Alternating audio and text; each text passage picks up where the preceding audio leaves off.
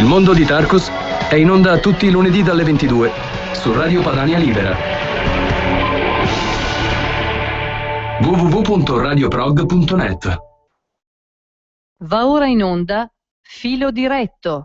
Buongiorno, bentrovati con il filo diretto, al microfono Alfredo Lissoni, e la notizia appena battuta dalle ANSA è che Eurostat, che è quell'ente che fa statistiche a livello europeo, fa sapere che l'obiettivo per l'Italia di occupare entro il 2020 il 67% della popolazione lavorativa si va allontanando. In altre parole, l'occupazione italiana è in calo, siamo tornati indietro di 12 anni, se ne è accorta anche Eurostat.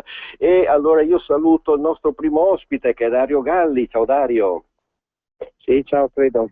Ecco, allora io voglio tra l'altro ricordare a tutti i radioascoltatori che Dario Galli è candidato alle europee, ma siccome io non mi occupo della campagna elettorale, ci pensano i miei colleghi Cainarca e Pellegrin, oggi con Dario non parleremo di elezioni europee, ma Dario è qui in veste di tecnico. Ecco Dario, Eurostat si accorge che stiamo tornati indietro di 12 anni, poi c'è la notizia di Malpensa, l'aeroporto di Malpensa che diventerà un grande cargo city col taglio del corto e medio raggio dei passeggeri, ma con qualche volo intercontinentale in più. In buona sostanza qui all'Italia diventa araba. Che ne pensi di tutto questo che sta succedendo? Sì, ciao, che sul discorso di Eurostat è una delle pochissime cose che possono essere utili dell'Europa, nel senso che non c'è più l'Istat che può in qualche modo presentare i dati secondo le occasioni come meglio crede, ma sono dei dati oggettivi che spesso sbugiardano proprio le cose che vengono dette dai governanti. In questo caso pochi giorni fa abbiamo avuto il primo trimestre con una decrescita dello 0,1% del PIL contro lo 0,8% previsto di crescita di quest'anno, e Padoan che il giorno prima aveva detto che forse avremmo fatto anche meglio l'1%. C'è quest'ultima notizia del mancato 67% di tasso di occupazione per il 2020, non bisognava essere degli scienziati, abbiamo perso 1 milione di posti di lavoro dall'inizio della crisi, 700-800 mila solo da quando ci sono stati 3 governi dei cosiddetti tecnici conservatori della patria, come Monti, Letta e l'ultimo Renzi. Del resto, quello che dice la Lega da sempre, nel mercato interno se non si riducono le tasse sull'occupazione, l'occupazione stessa non può ripartire. Se restiamo nell'euro, o meglio, se restiamo nell'Europa del diametro dei piselli della copertura delle banane e nell'euro tagliato a porta sull'economia tedesca, non possiamo che ulteriormente perdere aziende, perdere posti di lavoro, quindi quello che è il dato dell'Eurostat può semmai sorprendere solo gli scienziati che abbiamo al governo, che probabilmente vivono in un altro mondo, se non un'altra galassia. Grazie. Sul discorso di Malpensa lo stesso. Malpensa, possiamo fare discorsi molto articolati, di analisi, però la sostanza è una sola. Malpensa, se fosse l'aeroporto della Padania, cioè delle regioni padane autonome, cioè che facessero riferimento a se stesse da un punto di vista economico, sarebbe il più grande aeroporto del sud Europa o probabilmente d'Europa, nel senso che da noi c'è il traffico vero, c'è l'economia vera, ci sono le persone che comprano il biglietto per andare in vacanza, per spostarsi per lavoro, c'è il traffico merci vero delle aziende padane che esportano in tutto il mondo. Nel momento in cui viene messo in un sistema italiano, purtroppo, come tante altre cose, va a patire di quelle che sono le inefficienze dell'Italia nel suo complesso e soprattutto le decisioni politiche che vengono prese a Roma. Questo errore fu già fatto qualche anno fa quando l'Italia fece il cosiddetto de-hubbing di Malpensa, cioè prese, andò via Malpensa e nei mesi successivi perse il 30% delle vendite dei biglietti. Qui lo stesso, arrivano gli arabi ovviamente l'Italia scassata così com'è non la vogliono, e da Roma cosa vi fanno? Un piano industriale in cui invece che dire che all'Italia ha semplicemente 3 volte più personale di quello che serve e se non affronti quel problema lì non può diventare efficiente, cominciano a raccontare agli arabi tutte le balle sulla centralità di Fiumicino, su Malpensa, su Linate, Rio Serio, Brescia, tutte queste balle qui. Per cui alla fine rischiamo di pagare una taroccata che lo Stato centrale cerca di ritirare agli arabi, mettendo come sempre qualche vittima padana, in questo caso Malpensa. Ecco Dario, ma a questo proposito, perché io ricordo che effettivamente Mario Monti aveva detto vendiamoci i gioielli di famiglia e vabbè, si era detto tanto se serve a uscire dalla crisi non ci siamo usciti, ma mi pare che i gioielli di famiglia sono solo al nord. Beh, certo, nel senso che i gioielli sono quelle fabbriche vere che rendono veramente, che sono effettivamente appetibili sul mercato, sia appunto perché sono redditivi da un punto di vista economico-finanziario, ma poi soprattutto perché al proprio interno hanno contenuto tecnologico, di innovazione, proprio di capacità di fare oggetti d'alto livello rispetto a quali gli eventuali acquirenti stranieri sono proprio interessati per questioni oggettive. Al centro-sud abbiamo avuto carrozzoni che semplicemente nessuno vuole, quindi anche qui tutti che fanno i conti nel giardino del vicino, quindi a Roma, dopo aver sperperato i soldi che noi per anni abbiamo prodotto, adesso non bastano più neanche i nostri a far tornare i conti, cosa trovano di meglio se non vendere o magari svendere anche qui i gioielli di famiglia che, guarda caso, come dici giustamente, sono anche questi qui al nord.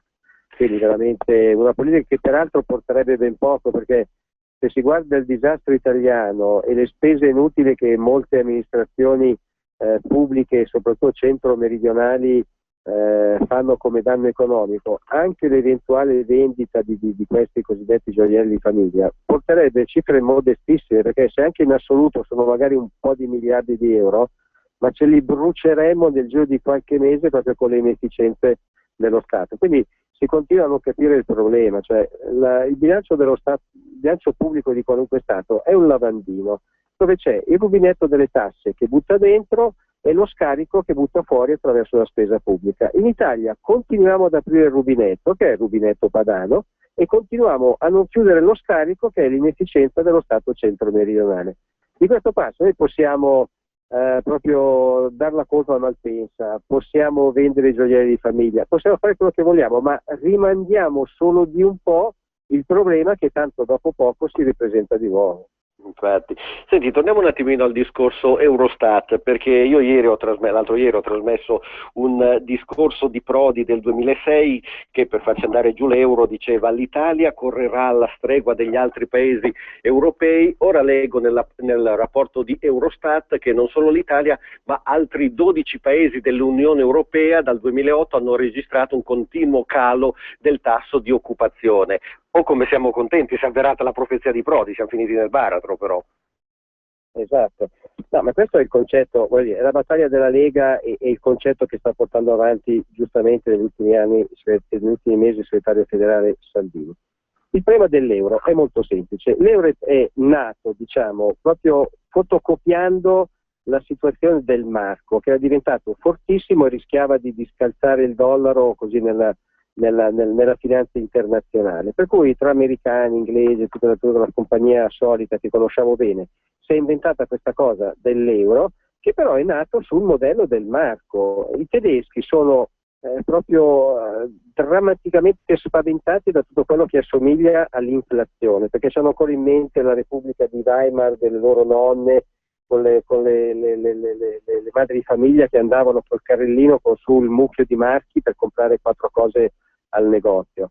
Per cui hanno questo controllo strettissimo monetario, che per i tedeschi va bene, perché loro hanno un'industria molto ben organizzata, che fa prodotti di alta qualità, quindi rispetto al quale il prezzo è relativamente importante, e hanno parallelamente uno Stato molto efficiente che costa relativamente poco, nel senso occidentale del termine. Quindi le industrie non solo non patiscono il problema di una moneta forte, ma anzi ne traggono vantaggi.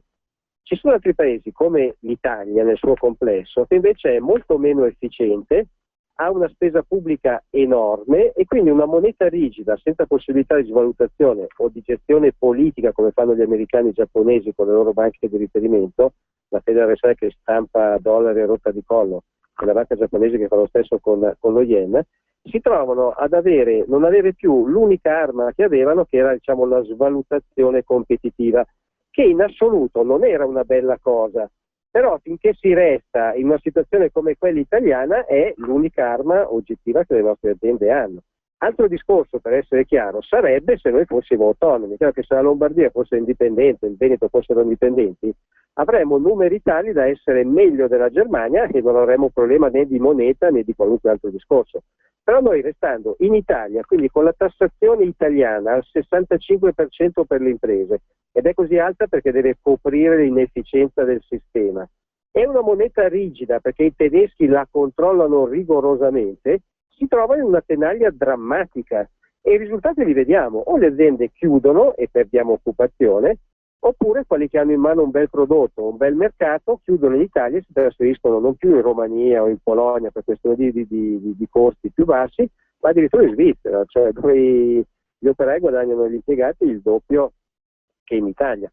E siccome nessuno che sta bene cambia il proprio status, se l'economia va male e le aziende chiudono è perché oggettivamente hanno una situazione di grande difficoltà, e la difficoltà è questa tenaglia tra la moneta forte non gestibile e la tassazione e la burocrazia di stampo italiano. Quindi la posizione della Lega è in questo momento l'unica fattibile, quella cioè di avere un'Europa che diventi meno burocratica e bancaria, ma ritorni ad essere, diventi, perché non l'ho mai stato, un'unione politica che difenda i principi su cui tutti i popoli si sono sviluppati, che difenda l'autodeterminazione, la possibilità di autodeterminarsi dei vari popoli, che difenda l'identità di tutti, che difenda i nostri prodotti agricoli, che difenda le nostre aziende, mentre un'Europa che fa esattamente al contrario, fa entrare i prodotti cinesi senza dazi e non fa la battaglia alla Cina che invece mette i dazi sui nostri prodotti, e poi ha questa gestione veramente, cioè ormai assolutamente inaccettabile, di gestione monetaria strettissima, bancaria strettissima della moneta, dell'euro, che veramente ci ha dato l'ammazzata finale. Dario Galli, un'ultima domanda, visto che hai parlato della Svizzera, perché il referendum sul salario minimo proposto dalla sinistra svizzera è stato bocciato, il 76,3% ha detto no, e tra l'altro una delle motivazioni è stata che è il modo per non farsi invadere dai lavoratori del sud, quindi garantire una cifra X, che peraltro non è che sia altissima in Svizzera, ma comunque 3.250 euro al mese per tutti, così chiedeva la sinistra, e gli svizzeri l'hanno bocciata. Che cosa ne pensi? Ma no, diciamo che questo dimostra intanto che, siccome questo l'ha voluto assoluto i sindacati, che i sindacati, quando si comportano in maniera, voglio dire, cieca, come fanno spesso anche da noi, fanno soprattutto danni, perché loro partono da questa concezione di sinistra che risale agli anni 70, che il salario è una variabile indipendente, e in realtà il salario risponde al mercato, per cui se porti un salario troppo alto in partenza, cosa sarebbe successo in Svizzera? Che una serie, siccome loro sono preoccupati, dicono, del dumping salariale dei frontalieri, sarebbe successo molto semplicemente che tutta una fascia di lavori che oggi, pur con gli altissimi stipendi svizzeri, riesce a stare sul mercato, aumentando ancora artificiosamente questi stipendi, avrebbe messo fuori mercato una serie di aziende che occupano gran parte di frontalieri, quindi alla fine sarebbe stato un problema soprattutto per i nostri lavoratori. E questo dimostra da una parte, appunto, che ripeto, che la sinistra e certo sindacato, invece che fare l'interesse dei lavoratori, continua a crogiolarsi in questi ragionamenti ideologici ottocenteschi che però sono totalmente slegati dall'economia reale, da una parte, e dall'altra che lo svizzero di buon senso, il cittadino medio, in realtà non vuole assolutamente privarsi dei frontalieri, quindi in realtà è anche una sorta di referendum a favore di un frontalierato giusto, ragionevole, adeguato, che però appunto anche in Svizzera alla fine è ben accettato. E alla fine però, se si può trarre una morale, è che la Svizzera continua a dimostrarsi di essere un grande paese, per quanto piccolo come dimensione di abitanti, cioè su ogni cosa importante non fa alchimie mentali, ma chiama semplicemente alla domenica i cittadini a votare. Quello che viene fuori ne prendono atto e fanno le leggi conseguenti. Quindi un esempio di federalismo reale, di collegamento democratico col popolo, che anche noi, invece che, come dire, dileggiare come fa parte della cultura radical chic del nostro del paese, del nostro, insomma, dovremmo invece studiare con attenzione e con un po' di umiltà e trarne qualche insegnamento. Benissimo, grazie mille Dario, buona giornata. Grazie a te Alfredo, buona giornata a tutti. Grazie, infatti questo è quello che è successo in Svizzera al 76%, quindi a livello nazionale, con addirittura il Canton Ticino, che è quello a noi più vicino e che ha il fenomeno del frontalierato, il Canton Ticino che ha votato per il no con il 68% in attesa dell'entrata in vigore dei contingenti entro 3 anni dopo il clamoroso sì all'iniziativa contro l'immigrazione di massa dello scorso 9 febbraio, ecco che il cantone italofono, perché parlano italiano, temeva un'ulteriore invasione da sud, in questo caso da noi, ma ovviamente era estensibile a qualsiasi altra persona, quindi con questo richiamo forte del super salario. Un regalo ai frontalieri. Erano stati definiti dagli ambienti imprenditoriali questi 4.000 franchi lordi, mentre alcune aziende non avevano escluso la possibilità di delocalizzare. Questo è importante dirlo perché se da una parte ovviamente dispiace, si è solidali con i nostri frontalieri che vanno a lavorare in Canton Ticino, la paura è che poi un giorno anche la nostra sinistra si svegli. Già c'è Grillo che parla del salario minimo calato dal cielo in virtù di nulla per tutti, ma prima o poi vedrete che anche la nostra sinistra si inventerà un salario standard per tutti, quindi indipendentemente dalla formazione che può avere il lavoratore, dal tipo di professione svolta, dalla zona dove la si esercita, eccetera, eccetera.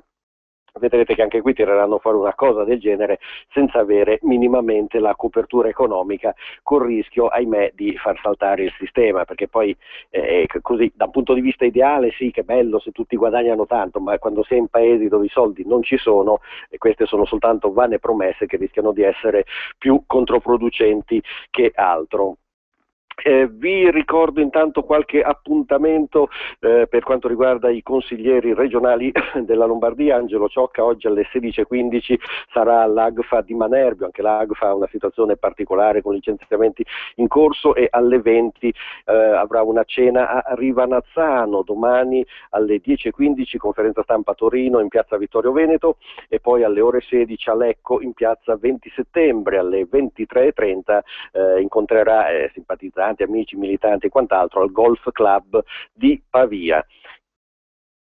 E poi c'è un'altra iniziativa interessante, Continente Russia, dall'Insubria alla Eurasia, a Varese, dal 3 al 15 giugno di quest'anno. Ci saranno mostre fotografiche, una mostra fotografica di Ivan Bianchi con la presentazione del Festival della Terra Insubre. Interverranno Cristina Cappellini, che è l'assessore alle culture, identità e autonomie di Regione Lombardia, Filippo Daverio, che tutti voi conoscete, il grande notissimo storico dell'arte, e poi Norman Gobbi, che è consigliere di Stato del Cantone e Repubblica Ticino. E noi siamo collegati telefonicamente con l'assessore Cristina Cappellini, che saluto. Buongiorno Assessore. Buongiorno a tutti. Questa mattina avete presentato in conferenza stampa questa bella iniziativa, il Festival dei Terra Insubre. Sì, bellissimo, una bellissima iniziativa. Beh, poi sappiamo che Terra Insubre ormai è una realtà culturale radicata nel territorio, e anche quest'anno ha presentato un festival di tutto rispetto con relatori d'eccezione. Ci saranno ospiti molto importanti, ancora una volta si conferma la qualità dei progetti culturali, che quest'anno hanno anche una novità, appunto perché guardano oltre il confine in subrico, avendo questo legame importante con la Russia. Infatti, io qui davanti al programma, che è molto molto variegato, devo dire, sì, dal 3 al 15 giugno, insomma, conferenze, mostre, incontri con tanti ospiti famosi. Filippo Daverio, storico dell'arte. Filippo Daverio, che inaugurerà appunto ci sarà l'apertura del festival con me il 3 di giugno. Poi ci saranno degli interventi di Massimo Fini, Pietrangelo Buttafuoco, tutti, diciamo, grandi ospiti venuti anche appunto a trattare temi di forte attualità. Ecco, mi colpisce il titolo Continente Russia dall'Insubria all'Eurasia, perché in effetti c'è un filo che ci lega a una parte della Russia. Vedo che sabato 14 giugno ci sarà una conferenza, Il gigante tra due mondi, l'identità russa tra Oriente e Occidente. Interessante che così non sia stato messo in secondo piano questo aspetto. Cosa ne pensa? No, molto interessante, anche perché appunto ci permette di scoprire degli aspetti del nostro territorio, della nostra cultura, che molti, compresa me stessa, ignorano. Infatti anch'io ho scoperto da poco questo sottile ma forte legame con la Russia. Appunto ci sarà anche un momento molto importante, una mostra fotografica di Ivan Bianchi che si intitola Un'insure alla corte degli zar, e una serie di approfondimenti appunto che mettono in luce, che valorizzano le identità locali nostre ovviamente, ma anche quelle di altri paesi, altre culture con cui è possibile condividere dei progetti anche dal punto di vista culturale. Infatti vedo che poi ci sarà anche una conferenza all'Armata dei fiumi perduti, l'epopea dei cosacchi dal Don alle montagne del Friuli, quindi insomma ci sono state delle relazioni strette nel passato con queste popolazioni. Esatto, sì, saranno momenti veramente interessanti con delle letture anche di testi inediti. Insomma, io penso che anche quest'anno il festival avrà successo proprio perché è sì radicato nel territorio, ma anche ha una prospettiva a livello internazionale notevole. Senta, adesso le faccio una domanda cattiva, quanto ha pesato il fatto che comunque la Russia poi sia un territorio che è fiero delle proprie tradizioni, insomma è l'ultimo baluardo, diciamocelo fuori dai denti, all'invasione di certo Islam, eccetera, per certi versi, ora al di là delle ideologie comuniste del passato, ma su certe tradizioni sono molto simili a noi. Sì, diciamo che sulla conservazione e valorizzazione delle proprie identità culturali ci sono ovviamente molti punti di affinità, ma del resto noi, intendo noi Lega, Sì. ovviamente perché Noi padani, rappresentando il movimento Lega Nord siamo molto vicini a tutti i popoli che vogliono valorizzare, custodire e salvaguardare le proprie identità, siano linguistiche, culturali, religiose, quindi coloro che difendono le proprie tradizioni, le proprie radici sono popoli con cui possiamo avere dei punti di contatto, soprattutto a livello culturale in questo momento. Ma qui c'è una chicca incredibile. Allora, Assessore, le devo svelare che io ho fatto 3 anni di scuola del fumetto, quindi in origine io volevo fare il fumettista e scopro che voi trasmetterete il film d'animazione Corte Sconta detta Arcana del grandissimo Ugo Pratt, proprio una chicca veramente per intenditori. Diciamo sì, ma infatti ho apprezzato anch'io la varietà del programma presentato per molti destinatari. Io penso che ci sia proprio, il punto di forza sia proprio l'offerta culturale molto variegata. Infatti. Vedo che partecipano diverse associazioni, vi è rappresentata l'associazione Lombardia Russia con Max Ferrari, il giornalista molto, molto noto di Telepadania, poi ci sarà anche Est-Ovest, il confine lieve dell'Europa, e poi una parte che riguarda proprio la politica, l'eterna partita a scacchi, le tensioni USA-Russia e il resto dell'Europa, cioè quanto mai attuale questa cosa? Sì, e apprezzo molto anche al di là poi dell'aspetto culturale questa visione di approfondimento geopolitico dell'attualità, perché sono temi di stretta attualità e quindi con fior di relatori che verranno sicuramente a offrire momenti molto interessanti proprio perché ci riguardano da vicino come momenti di Ci sarà anche un momento, questo è particolarmente ghiotto, perché vedo che venerdì 13 giugno alle 20:45 ci sarà chiamiamolo, non so, un'intervista, ma può essere un faccia a faccia a Varese Villa Recalcati, con un'intervista a Massimo Fini, scrittore che è notoriamente di sinistra, e verrà intervistato da Fausto Biloslavo, che è il giornalista del giornale che è stato spesso l'inviato nei paesi dell'est. Quindi le due ottiche probabilmente. Molto interessante, infatti questo è uno dei momenti che avevo sottolineato anch'io proprio perché per la qualità dei relatori sappiamo bene l'apprezzamento anche generale verso Massimo Fini per la sua onestà intellettuale che ha sempre dimostrato, per l'approfondimento di certi temi a volte anche scomodi e non facilmente trattabili in determinati contesti, quindi è bello che ci sia questo contraddittorio, ecco. Non è mai bello sentire una voce sola, ma è proprio dare spazio a varie visioni, è un motivo di soddisfazione, di apprezzamento e di crescita per tutti. Senta, un'ultima domanda, Assessore, perché vedo che c'è anche il coinvolgimento della Svizzera, ci sarà Marco Borradori che è il sindaco di Lugano, poi il centro culturale Il Rivellino di Locarno, eccetera, quindi c'è anche questo aspetto. Beh sì, quando si parla di Insubria ovviamente non si può prescindere dalla realtà, dalla vicina Svizzera. Tra l'altro appunto questo è uno dei temi che come regione ci sta particolarmente a cuore, proprio perché stiamo potenziando tutta una serie di rapporti anche a livello culturale, ma non solo, con i vicini svizzeri. Io ad esempio ho in cantiere dei progetti culturali che guardano a Expo ma anche al dopo Expo con il Canton Ticino, il Canton Grigioni, la Val Poschiava in particolare, con la quale abbiamo presentato un paio di settimane fa dei progetti legati al patrimonio etnografico locale in vista appunto di Expo, e quindi è un partner che riteniamo strategico. E poi anche a livello internazionale stiamo sviluppando molti contatti a partire dall'UNESCO, con cui abbiamo ormai un ponte ben fermo diciamo, e con le regioni 4 motori d'Europa. E poi, come dicevo anche stamattina nella conferenza stampa di presentazione, guardiamo con molto interesse alla macro regione alpina nascente, perché vorrei che ci fosse anche una strategia culturale di un certo rilievo proprio per valorizzare i nostri territori, visto che abbiamo la fortuna di creare una realtà che finalmente nasce dal basso e non viene imposta dall'alto come l'attuale Unione Europea.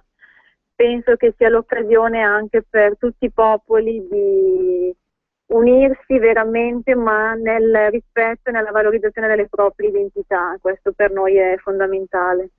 Benissimo, allora il menù è veramente molto ricco, per cui consiglio a tutti i nostri radioascoltatori che navigano in internet di cliccare su insubriaterradeuropa.net, c'è il volantino con l'elenco completo di tutte le iniziative, sono veramente tante, ve lo ripeto, insubriaterradeuropa.net, questa è l'8ª edizione. Io ringrazio l'assessore Cristina Cappellini per essere stata con noi, grazie. Grazie a voi, a presto.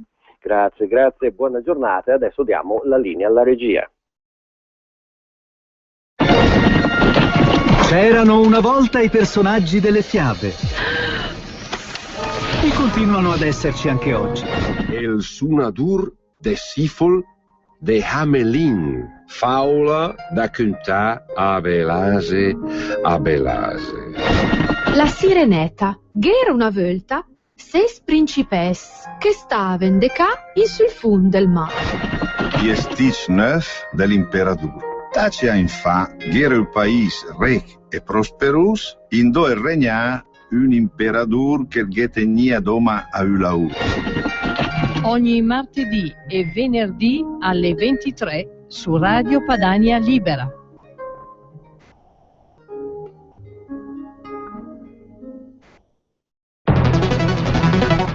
Amici padani, ascoltate cosa può succedere a chi non ha installato Su e Giù.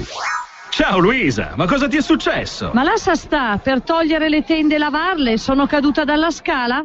Ma come? Usi ancora la scala per lavare le tende? Ma non sai che esiste un sistema che fa scendere le tende senza usare la scala? Si chiama Su e Giù ed è in vendita presso i migliori tappezzieri, colorifici, ferramenta. Lo produce la GMG di Sesto San Giovanni. Chiama il numero 02 36 51 64 40. Ti indicheranno il punto vendita a te più vicino. Ma è fantastico! Grazie GMG! Su e Giù per non cadere più. www.gmg-srl.net.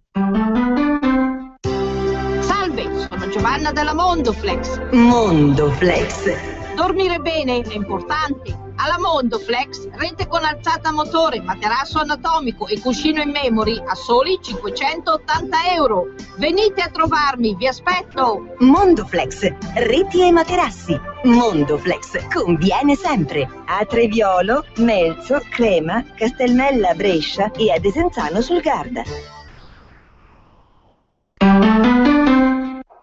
Allora, questa è l'auto giusta per voi. 4 ruote motrici, interlimpelle, cerchi in lega, cambio automatico, full option al prezzo assolutamente. Sì, ho capito, ma la Digital Radio ce l'ha. Oggi puoi avere un'auto perfetta anche nel suono con la Digital Radio. Chiedila al tuo concessionario. Muoviti a scoprire tutto su digitalradio.it. La radio oggi ha una marcia in più. Digital Radio. Il suono perfetto. Anche Radio Padania è in Digital Radio. Acquista la tua radio digitale DAB sul sito www.radiopadania.org oppure telefona allo 02 66 234 449.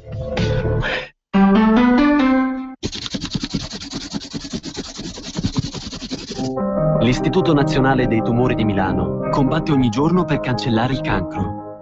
Insieme ce la faremo. Dai il tuo 5 per 1000 all'Istituto Nazionale dei Tumori.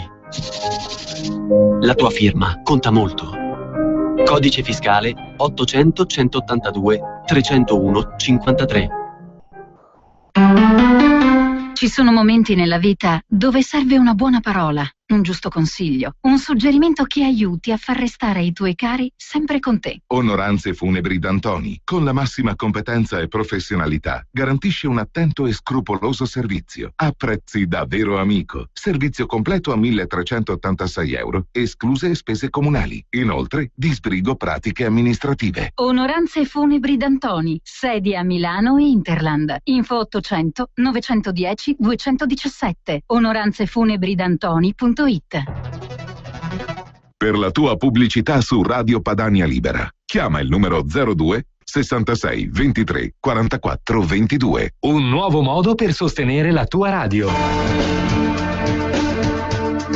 Visita www.radiopadania.net. Nella pagina principale troverai un pulsante Donazione. Ti basta un clic e potrai versare il tuo contributo volontario direttamente online. Potrai donare con ogni tipo di carta di credito, anche prepagata. Ti aspettiamo online su www.radiopadania.net. Sostieni la tua radio con il tuo contributo volontario. Radio Padania Libera, diamo voce alla nostra gente. Benissimo, rieccoci in diretta qui con voi Alfredo Lissoni e noi siamo collegati telefonicamente per il nostro filo diretto del lunedì da Regione Lombardia con il consigliere regionale Angelo Ciocca. Ciao Angelo. Ciao Alfredo, ciao a tutti i radioascoltatori, Padania Libera, forza! Ecco, allora, come sempre io ripeto, dato che anche Angelo, lo sapete, è candidato alle europee, ma io non faccio in trasmissione la campagna elettorale, quindi non parlerò con lui di questo, non parlerò di programmi elettorali, ribadisco, se ne occupano Cainarca e Pellegrin per quanto concerne le interviste ai candidati. Ecco Angelo, so che tu oggi alle 16:15 sarai all'Agfa di Manerbio e lì hanno avuto diversi problemi, una delle tante ditte che ha avuto problemi di licenziamenti. Sì, perché Alfredo è importante sicuramente dedicare il tempo alla campagna elettorale, ma è importante anche restare sui problemi veri e la Lega, a differenza di altre forze politiche, anche in campagna elettorale, non solo fuori dalle campagne elettorali, sta sui problemi veri e il problema vero è quello di non perdere le aziende, quello di tenere in moto la produttività, quel poco di produttività che resta nel nostro territorio. E guardate che l'Agfa di Manerbio ci siamo spesi molto e oggi iniziamo a vedere una speranza. Io vado a Manerbio perché, chiamato dai lavoratori, mi dicono: guardi Ciocca, che lo sforzo che avete fatto in commissione attività produttive e occupazione è uno sforzo che sembra dare dei primi segnali. Io voglio essere cauto, anche dei segnali che mi arrivano sono segnali positivi, segnali forti. Ecco, inizia a dare dei segnali e quindi voi le audizioni che abbiamo fatto, voi i suggerimenti che sono usciti durante appunto questi incontri in commissione, voi l'importante legge voluta dal Presidente Maroni, approvata dalla commissione che io presiedo, che è la legge sulla competitività delle imprese, una legge che mette in moto un meccanismo nuovo, cioè quello di dire: è inutile che tu continui a aumentare le tasse alle imprese, oggi devi dare priorità rispetto alla tassazione, la devi dare all'occupazione. Se uno ti garantisce occupazione, rinuncia a un pezzo di tassazione, perché se tu alzi le tasse alle imprese, corri il rischio che se l'impresa chiude perdi le tasse e perdi l'occupazione. Allora un po' meno tasse ma un po' più di occupazione, questo avvantaggia sicuramente il bilancio sociale del nostro paese e noi dobbiamo puntare a questo principio. Vado a Manerbio, anzi sono quasi addirittura d'arrivo alla fabbrica di Agfa con l'obiettivo, uno, di visitarla, quindi i lavoratori ci tengono farmi vedere quello che con passione, con maestria, con impegno fanno. 2 perché incontreremo questo potenziale acquirente determinato a imprendere, a far ripartire questa azienda anche grazie ai dispositivi messi in campo da Regione Lombardia. Ecco Angelo, la mia domanda serviva anche per introdurre queste due notizie che non so se fanno ridere o fanno piangere, chiedo a te un commento, perché oggi il Corriere della Sera fa 2 colonne a firma Nando Pagnoncelli, che è pratica il sondaggista che vediamo sempre a Ballarò, che dice una cosa che secondo me è una cazzata tremenda, comunque che la crisi preoccupa, però per un italiano su 4 il peggio è alle spalle, immagino siano gli elettori di Renzi, e poi Eurostat si sono svegliati anche dall'Europa, si sono accorti che l'occupazione in Italia è tornata indietro di 12 anni, ovviamente è in calo, è calata vertiginosamente, se ne sono accorti finalmente. Beh, non è che ci voleva un professore, non ci voleva la Fornero a capire che se tu non consenti il cambio generazionale la disoccupazione sarebbe aumentata, non ci vuole un professore a capire che se tu continui a aumentare la tassazione all'impresa, l'impresa chiude, e non riesco a capire perché nessuno ne parla, ma se confrontiamo un dato drammatico, che è quante aziende hanno chiuso nel nostro paese Italia nei primi 3 mesi dell'anno? Hanno chiuso 3.800 aziende. Uno dice, beh, ma andiamo a vedere quante aziende hanno chiuso nel primo trimestre del 2013, dove era già drammatica la situazione. Ecco, noi abbiamo un incremento del 4%, quindi già era drammatica nel 2013 la chiusura del primo trimestre 2013. Nel 2014 c'è stato un incremento di chiusure aziendali. Questo vuol dire che le politiche che tutti cercano di raccontarci, con tutti i tecnicismi dei pokeristi, no? Ormai qui si gioca a poker, la politica gioca a poker, cerca di prendere in giro i cittadini pensando di raccontarla. Ecco, giocare a poker purtroppo sul lavoro, sulle imprese non porta a nessun risultato. Le imprese continuano a chiudere. Infatti, guarda, stavo vedendo sempre sul Corriere un appello di Renzi che dice non votate i buffoni, e qui allora resta solo un partito da votare, vabbè, non dico quale. Senti, a parte le battute, oggi no, c'è però stato... non sono battute, perché io sono dispiaciuto perché Renzi è un mio coscritto, cioè abbiamo la stessa età, e quindi quando vedo un giovane che prende in giro i cittadini mi dispero, oltre che mi arrabbio, perché io spero che la nuova classe politica, e fortunatamente esiste un altro Matteo che è Matteo Salvini, la nuova classe politica deve essere credibile, cioè è inutile che ci lamentiamo perché la gente non va a votare, se non sei credibile la gente non va a votare, se dimostri con i fatti invece che sei in grado di occuparti dei problemi della gente, allora diventi credibile. Io ho appena lasciato Como e siamo andati a Como a spiegare una legge che è la legge di contrasto al pericolo d'azzardo. Abbiamo sfasciato in modo evidente e visibile, abbiamo demolito una slot machine in piazza Como e abbiamo spiegato una legge che è una legge che aiuta i cittadini a contrastare il pericolo dell'azzardo. Quella legge la Regione Lombardia l'ha fatta, è concreta, Roberto Marroni ci ha chiesto di farla, l'abbiamo fatta, i consiglieri l'hanno approvata e finalmente si premia quegli esercizi di vicinato che oggi rinunciano all'installazione delle slot machine. Queste cose sono le uniche cose che in questo momento possono portare la gente ad avere fiducia nell'amministratore, nella politica. Le parole, le promesse o le prese per i fondelli, usiamo un termine morbido, non aiutano sicuramente. E io mi auguro che la nuova politica fatta da volti giovani non copi dalla vecchia politica. La Lega in questo momento sta dimostrando in modo concreto invece di fare. Ecco Angelo, so che tu adesso hai l'incontro appunto con gli operai dell'Agfa di Manerbio, posso rubarti ancora qualche minuto? Ma con piacere, perché sto arrivando, sono ancora in autostrada, esco a Manerbio tra 2 minuti e davvero questo è un incontro importante, è la dimostrazione che noi andiamo in stabilimento perché vogliamo, non abbiamo, cioè, tutti ci sono stupiti oggi, no? Perché il Presidente della Commissione Attività Produttive e Occupazione, al posto di ricevere il potenziale acquirente e i lavoratori a palazzo, esce dal palazzo e va in azienda. No? Dico, ma scusi, ma viene lei? Sì, perché oggi è importante dare questo segnale, che la Commissione Attività Produttive, quindi mi auguro e mi risulta che ci saranno anche altri commissari, altri colleghi, tra i quali anche il consigliere Rolfi. Ecco, mi auguro che la politica impari ad uscire dai palazzi. Oggi la gente ci chiede di capire cosa succede fuori dai palazzi, di ascoltare quello che succede fuori dai palazzi. Se la politica torna ad ascoltare quello che succede fuori dai palazzi, inizieremo finalmente ad affrontare in modo serio tanti problemi di questo Paese. Senti, oggi in Regione Lombardia è stato presentato in conferenza stampa un progetto di legge per istituire la dote sport. Sì, questa è una bellissima idea e anche questa è un'idea che nasce dal territorio, nasce dal basso. L'idea nasce da chi oggi sta nel mondo sportivo, che un bel giorno mi chiama, questo 3 mesi fa, 4 mesi fa, e mi dice: Ciocca, sai qual è il problema oggi? Che sempre di più i ragazzi non si iscrivono a fare attività sportiva. Perché? Perché le famiglie fanno fatica e anche i costi dello sport oggi non riescono a sostenerli. E mi dice: tu pensa, Ciocca, che oggi ci abbiamo messo 10 anni per alzare il numero degli iscritti e abbiamo perso quel lavoro fatto in 10 anni in 3 anni di crisi. In 3 anni si è azzerato quello sforzo di sensibilizzazione allo sport, verso lo sport, che si è fatto in 10 anni. E allora da lì cos'è nata? È nata l'idea che nasce da un problema del territorio, l'idea di costituire una cosa nuova di Regione Lombardia, che è la dote sport. È il fatto che Regione Lombardia mette a disposizione delle risorse, e mettiamo a disposizione qualcosa di importante, 1 milione di euro, per dare aiuto a quei ragazzi che non possono fare sport.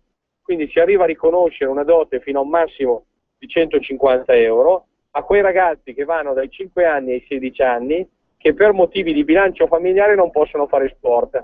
E tenere un ragazzo dentro il sistema dello sport vuol dire tenerlo lontano dai pericoli, vuol dire tenerlo lontano da percorsi che possono danneggiare la sua crescita, ma soprattutto possono danneggiare la qualità della società, perché una società che fa sport è una società sana in tutti i sensi, perché lo sport comunque ti insegna delle regole di vita, ti insegna delle regole importanti nel vivere comune, e quindi lo sport è sicuramente la migliore cura per evitare che il ragazzo si avvicini alle droghe, perché il ragazzo si avvicini alla malavita organizzata, perché il ragazzo possa stare con le compagnie sane. E questa è una bella iniziativa che il gruppo Lega Nord è stato capace di cogliere, e io sono contento perché sono stato il primo firmatario di quell'emendamento che ha messo a disposizione, grazie all'assessore Garavaglia, 1 milione di euro che consentirà ai ragazzi di fare attività sportiva.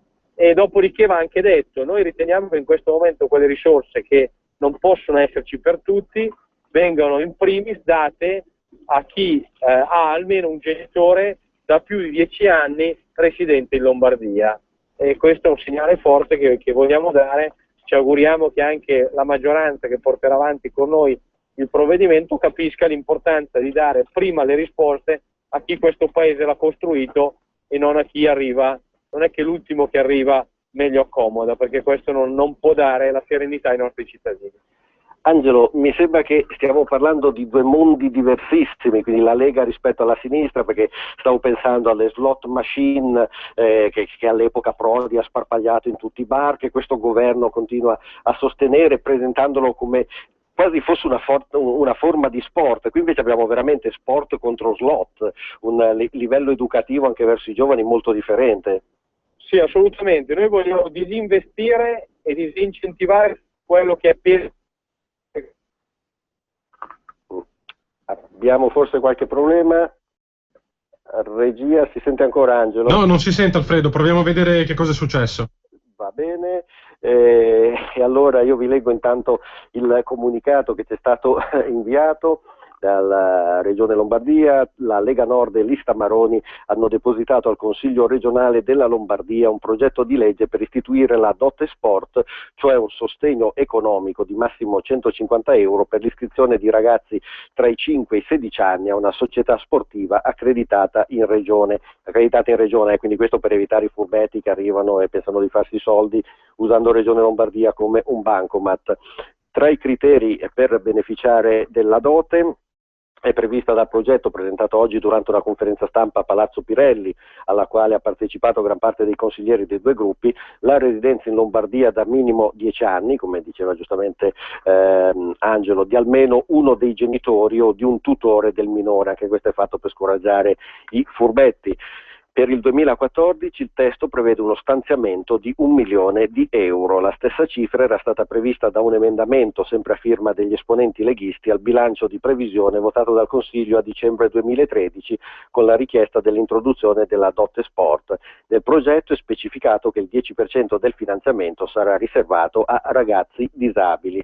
E a questo proposito voglio segnalarvi la bella copertina della Provincia, quotidiano di Cremona di oggi. Ci sono una serie di ragazze, di atlete che sono portatrici di handicap, l'articolo non lo dice ma dalla foto si capisce benissimo. Ebbene, questi angeli hanno vinto i campionati di nuoto FISDIR addirittura con un record iridato nella 4% misti. Noi siamo nuovamente in contatto con Angelo Ciocca, c'era stato un piccolo blackout, Angelo?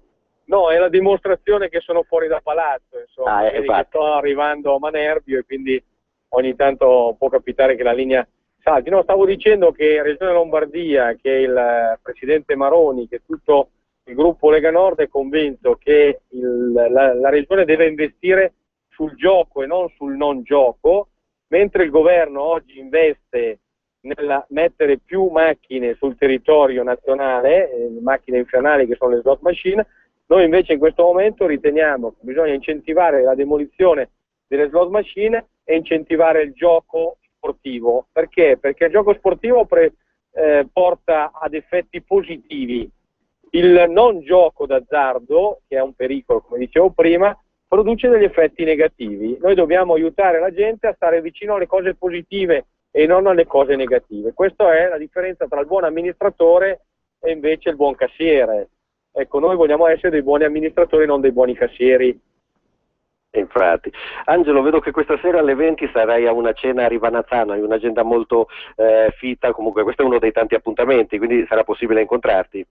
Sono a Rivanazzano, sono anche lì in mezzo alla gente, in una struttura di riabilitazione, incontro un po' di fisioterapisti, un po' di cittadini che mi raccontano quali sono le problematiche da affrontare. Cioè, guardate che se vogliamo portare la gente al voto oggi è semplice, dobbiamo ritornare ad ascoltare la gente.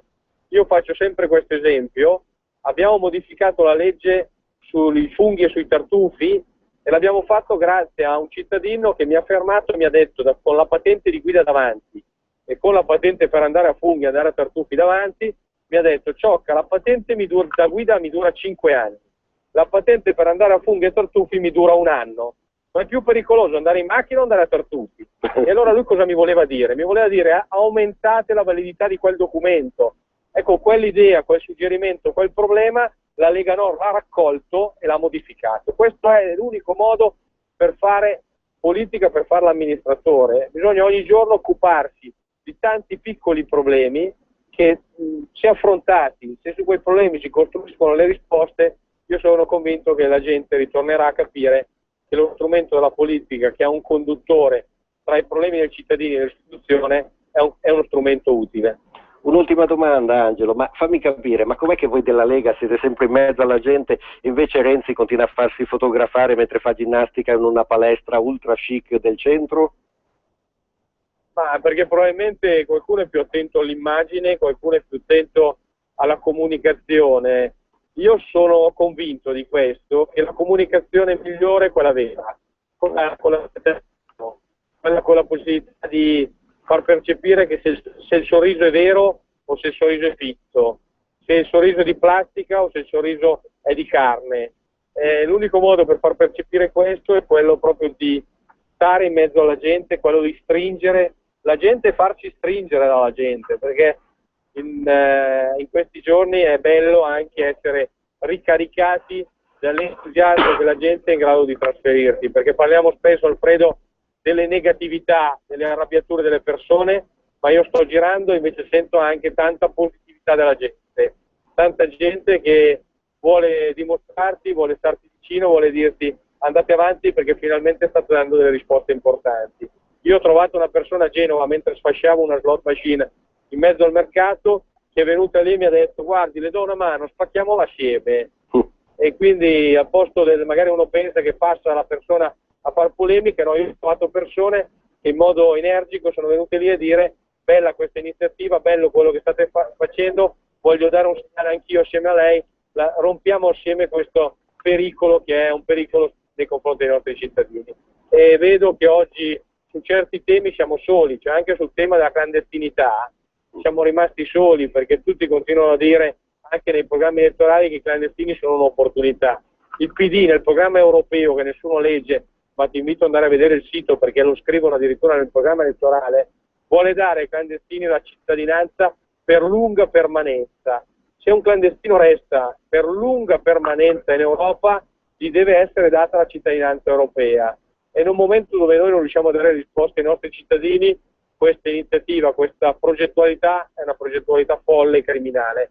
Io mi auguro che la gente capisca che è not to this, che c'è qualcuno che oggi ha in mente di rendere tutti più poveri e di aprire le frontiere ai clandestini, e c'è qualcun altro che invece vuole ancora fare il bene del paese, fare il bene dei cittadini e fare in modo che questo paese migliori. Ecco Angelo, scusa, allora però tu ci hai dato uno scoop a questo punto in diretta, perché oramai i giochi della sinistra a questo punto sono chiari. La lunga permanenza cos'è? Un giorno, 2 giorni, una settimana? Cioè, insomma, vogliono trasformarli in loro elettorato. Guardate, noi scriviamo nei programmi elettorali in modo chiaro e inequivocabile respingimenti. Noi scriviamo aiutiamoli a casa loro perché qui non c'è la possibilità di ospitarli. La sinistra oggi scrive ancora una volta in un momento drammatico, prendendo in giro anche chi rischia la vita per venire nel nostro paese, perché hanno questa responsabilità, prendo in giro queste persone, gli dicono e scrivono nei programmi elettorali che saranno utilizzati dagli scafisti assassini, perché così danno un altro strumento, oltre ad aver tolto il reato di clandestinità, danno anche lo strumento del programma elettorale. Ecco, scrivono che il loro obiettivo è quello di dare la cittadinanza europea a chi è in Europa per lunga permanenza. Hai detto bene tu, Alfredo, la lunga permanenza cos'è? Un giorno, un'ora, una settimana, un mese? Cioè è vergognoso questo tipo di impostazione, perché è un'impostazione che fa solo del male ai cittadini del nostro territorio. Benissimo Angelo, io non ti voglio rubare ulteriormente agli operai dell'Agfa di Manerbio, no, anzi ti prego di portare... Entriamo adesso, sì. E quindi anzi vi lascio, porto il vostro saluto, porto il saluto di Radio Padania anche ai lavoratori dell'Agfa di Manerbio. Benissimo, mi hai anticipato, hai capito al volo. Grazie Angelo, buona giornata. Grazie a voi e un saluto e un abbraccio a tutti i radioascoltatori. Grazie. Chiedo alla regia quanto tempo abbiamo, perché mi sa che siamo in chiusura. 2 minuti, allora c'è un articolo di quelli che non andrebbero mai letti sul Corriere della Sera: uscire dalla moneta unica, una catastrofe per l'Italia. Chi lo dice? Un signore che si chiama Guy Verhofstadt, che in buona sostanza è un politico belga liberal democratico, e che dice che se uscissimo dall'euro, addio, chissà cosa succederebbe. Il signore non ha capito, perché parla di svalutazione eccetera eccetera, il signore non ha capito che il nodo fondamentale di uscire dall'euro, ok, è vero che la lira o la moneta che ci potrebbe essere in sostituzione dell'euro viene svalutata e quindi potrebbe calare il potere d'acquisto, ma essendo slegati dall'euro significa che non siamo costretti ad avere il pareggio di bilancio, vale a dire decifrato, nessun paese estero ci può imporre al governo illegittimamente posto nel nostro paese di continuare a tassare, per cui se la lira vale meno dell'euro ma non abbiamo la marea di tasse che ci impongono dall'Europa per avere il pareggio di bilancio, si tira avanti benissimo. Questi signori fanno finta di non capirlo, infatti il tizio che cosa sostiene? Che la soluzione è stare nell'euro e quindi con capitali privati raccolti dalla Banca Centrale Europea, dalla Banca Europea degli Investimenti e dalla Commissione Europea, con un veicolo finanziario a livello della UE, si potranno far confluire su investimenti europei tutti questi soldi nel campo dei trasporti, delle telecomunicazioni, dell'energia. Questo signore in realtà sta riproponendo quelli che lui chiama future bond, che in realtà erano i vecchi project bond che sono falliti, nei quali hanno investito un sacco di persone e poi si sono trovati con niente in mano. Ecco, allora attenzione, perché ci sono tutti questi economisti che si riempiono la bocca di parole incomprensibili che in realtà di fatto hanno solo in bocca per l'appunto la parola banche, banche. Questi sono i rappresentanti del mondo delle banche che ci ha rovinato, quindi quando andrete a votare ricordatevi anche di questa cosa. Alfredo Lissonni vi ringrazio il regista Vincent per l'ottima regia e ci troviamo poi sabato prossimo, magari chissà, forse anche con una puntata di Padania Misteriosa. Grazie a tutti e buona Padania. Avete ascoltato Filo Diretto.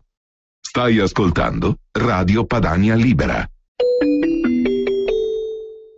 Facciamoci un caffè padano, signori, di quelli buoni, profumati, con un aroma che non aroma che non se ne va mai via. Il caffè padano da chi è prodotto? Da lui, Giampaolo, buongiorno! Buongiorno a tutti, è prodotto veramente in Padania, un prodotto made in Veneto. Ma attenzione, una cosa importantissima, chi beve caffè padano, non dimentichiamo che sostiene Radio Padania. Questa è la prima cosa importante, perché dovete fare subito l'800 22 20 20. E grazie a Radio Padania, al caffè padano, oggi per chi telefona con la prima fornitura di caffè, la macchina da caffè interamente prodotta in Padania vi verrà consegnata gratuitamente, per cui andiamo a risparmiare le 80, 100, 150 euro che costano mediamente le macchine fuori. Ma la cosa più bella è che abbiamo 22 qualità di prodotto, dai caffè aromatizzati alle tisane al caffè, ve lo faremo degustare e lo porteremo nelle vostre case. Questa è la cosa importante. Ma in più dovete sapere che chi beve caffè quotidianamente è passata l'epoca in cui si diceva che il caffè fa male, perché da uno studio recente fatto dall'Università di